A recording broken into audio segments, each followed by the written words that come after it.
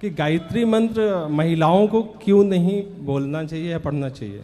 क्योंकि ये सब ऐसे मंत्र होते हैं, एक मर्यादाएं हैं, जी। किसको क्या बोलना है, किसको क्या नहीं बोलना। पुरुष भी गायत्री मंत्र नहीं बोल सकता, केवल स्त्रियों की तो छोड़िए आप। मन में तो बोल सकता है, मन में अंदर बोल सकता है, क्योंकि उपनयन संस्कार जब होता है तो उसमें बताया जाता है कि गायत्री मंत्र बाहर नहीं करना, जी, अंदर, चाहे स्त्री हो चाहे पुरुष। यज्ञोपवीत जिनका होगा वो वेद पढ़ने का अधिकारी है जी। अब स्त्रियों को यज्ञोपवीत की जरूरत नहीं पड़ती। स्त्रियां देखिए, पुरुष जितना जप तप करके पुण्य कमाएगा जी, स्त्रियां घर में बैठे केवल राम राम जपेंगी, उस राम राम से ही उन्हें वही फल मिलेगा जो सब कुछ पुरुष को करने से मिलता।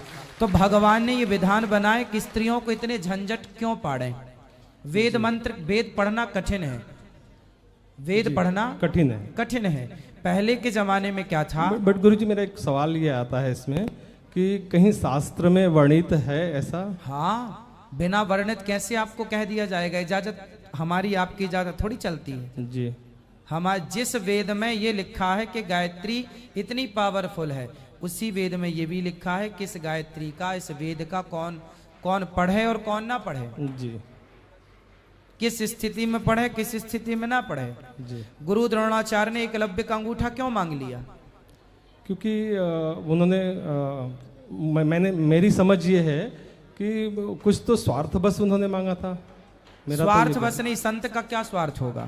स्वार्थ नहीं था, स्वार्थ होगा भी एक अपना। अर्जुन क्षत्रिय परिवार से थे और एकलव्य जो है वो नीचे के परिवार से थे। इसको इस दृष्टि से भी देख सकते हैं जिस दृष्टि से आप देखते हैं, लेकिन इसको एक दृष्टिकोण से और देखिए, इसको इस नजरिए से भी देखिएगा कि गुरु द्रोणाचार्य जानते थे कि भविष्य में क्या होने वाला है। जी। महाभारत की स्थितियां तैयार हो रही थी। हाँ, उनको उस चीज का ज्ञान था। तो एकलव्य यदि इतना बड़ा धनुर्धर था तो सीधा एकलव्य जाके किससे हाथ मिलाता? कौरवों से मिलाता। और कौरवों से मिलाता तो कौरवों की शक्ति बढ़ जाती। और कौरव मतलब अधर्म। यस जी। अधर्म की शक्ति बढ़ती। जो भरी सभा में एक स्त्री के कपड़े उतार रहे हैं, जी। ऐसे लोग यदि बलशाली होंगे तो समाज में कौन स्त्रियां सुखी रहेंगी? इसलिए गुरु द्रोणाचार्य समझ गए थे। समझदार समझ जाता है कि भविष्य में क्या हो रहा, क्या होने वाला।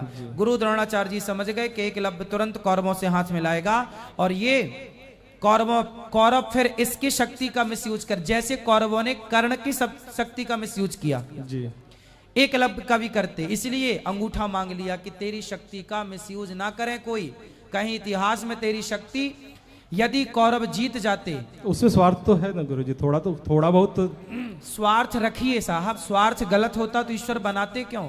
समाज के लिए, देश के लिए स्वार्थ रखना कौन सा बुरा है? पूरी नारी जाति के लिए गुरु द्रोणाचार्य ने स्वार्थ रखा जी, तो पूरी तो नारी शक्ति के लिए, अच्छाई के लिए उन्होंने किया। आप स्वार्थ रखिए ना। समाज दे, मेरा भारत महान बने, मैं भारत के लिए क्या कर सकता हूं, इसके लिए स्वार्थ रखिए ना। स्वार्थ बुरा नहीं है साहब। स्वार्थ ना रखते तो हमारे देश की सेना बिना कैसे काम करती है? तो स्वार्थ जरूरी है। हमारा देश सबसे ऊंचा जी, देश के प्रति ऐसा भाव होना चाहिए। फिर गुरु द्रोणाचार्य ने क्या किया?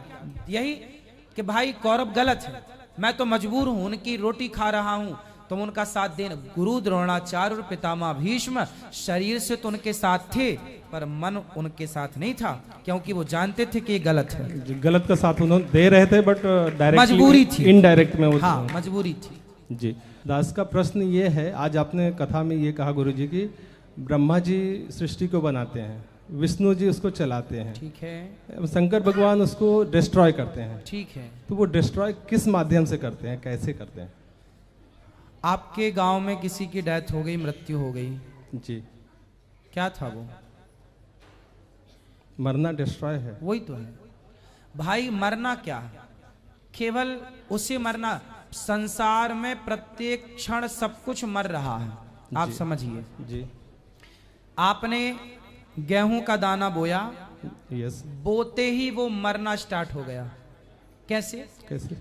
बीज बोया आपने, हाँ, तो मिट्टी के संपर्क में, पानी के संपर्क में जैसे ही आया वो अंकुरित होना स्टार्ट हुआ जी। और जैसे ही अंकुरित हुआ तो अंकुरित होते ही जो दाना फेंका था वो अब दाना ढूंढिए कहाँ है। वो तो पेड़ के वो दाना तब्दील हो गया पेड़ में, यस। फिर पेड़ तब्दील होगा और उसके बड़े में, फिर वो तब्दील हो जाएगा उसके पुष्प में, फिर वो फल में तब्दील होना स्टार्ट हो जाएगा। उसी तरह हम लड़कपन में छोटे, जब आप माँ के पेट से आए तो आप बहुत छोटे थे, 2.5 किलो के रहे होंगे, 3 किलो के आप रहे होंगे। फिर उसके बाद आप लड़कपन, फिर जवानी, तो आप ने वो शरीर छोड़ ही तो दिया, डिस्ट्रॉय तो हो गया ना, आगे जाके वो डिस्ट्रॉय हो जाएगा। पहले भी हो चुका। आपका लड़कपन कहाँ गया? वो तो खत्म हो गया। हाँ, आपकी जवानी कहाँ गई? आपका ये जो है इसके अब ये भी, अब आप कहाँ प्रवेश कर रहे हैं? बुढ़ापे की ओर आगे। तो कुछ दिन बाद ये भी खत्म होगा वो। हाँ, तो ये जो खत्म होने का, ये हम और आप ही नहीं है, संसार की प्रत्येक पेड़ पौधे भी खत्म हो रहे हैं। खत्म मीन्स एक समय, एक टाइम पीरियड के बाद सब चीज खत्म होनी है। जी। तो वो एक टाइम के साथ चीजें चल रही हैं, तो वो डिस्ट्रॉय, ये शंकर जी का काम है, ये पूरा डिपार्टमेंट शंकर जी का है। अच्छा, वो शंकर जी करते हैं। हाँ, ये सब शंकर जी का काम, मतलब शंकर जी का माध्यम है कि उनके माध्यम से ही होना ये है। व्यवस्थापक है ना, सृष्टि इतनी बड़ी है, जी। चलाएगा कौन? तो भगवान ने 3 रूप बनाए, ब्रह्मा विष्णु महेश, जी। तीनों के काम बांट दिए। पालन कौन करेगा? पालन तो विष्णु जी करेंगे। अब सोचिए, आपकी माँ के आंचल में दूध आया, ये पालन विष्णु जी का था कि भाई आप पैदा होने वाले हैं, तुरंत दूध भर दिया। जी। और केवल आप नहीं, गाय, बकरी, भेड़, ऊंट, ऊंटनी इत्यादि जितना भी है सृष्टि में कण कण, जो जिस तरह से पालित होता है। मुर्गी अंडा देती है, तो सोचिए मुर्गी कोई यूनिवर्सिटी पढ़ने नहीं गई, लेकिन उसे पता होता है कि किस तरह बच्चे को सेका जाता है। वो उसके ऊपर बैठ जाती है और ऐसे बैठती है कि अंडा फूटता नहीं है, और वो सिकाई करती है। और बतख होता है ना, बतख, पानी में जो रहता है, हाँ, पानी वाला, वो बतख जब अंडा रखता है तो बिना कुछ खाए पिए रेगुलर 7 दिन, 8 दिन, 10 दिन तक सिकाई करता है बतख। अच्छा, वो हीट देता है उसको। हाँ, तब जा, अब सोचिए उसे किसने बोला? उन दिनों में उसे भूख नहीं लगती। लेकिन वो बतख पानी में ही रखता होगा ना अपने नहीं, पानी मैंने जो देखा पानी में नहीं रखता, पानी के आसपास वो जगह ढूंढ लेता है, या पानी में भी रखता होगा तो बना लेता होगा, कुछ करता। लेकिन मैंने जो बतख के अंडे देखे वो पानी के बाहर जो देखे वो बता रहा हूं मैं जी। अभी मैं एक जगह गया था तो उन्होंने बताया कि बतख के अंडे हैं, तो उन्होंने बताया कि देखो इस तरह से सिकाई करते हैं। तो मतलब चिड़िया है, उसे कोई नहीं पढ़ाया। अब सोचिए जंगल की चिड़िया है जी। आपने देखा कितना बढ़िया वाटर प्रूफ घोंसला बनाती है। हाँ, वो तो हम और देखते 2-2 हैं। 3-3 मंजिला बनाती है। जी जी। तो ये कौन सी यूनिवर्सिटी में पढ़ के आई हैं?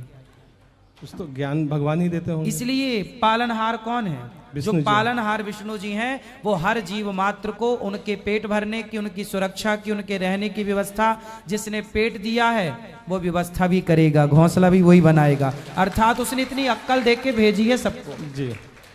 मेरा दूसरा ये प्रश्न था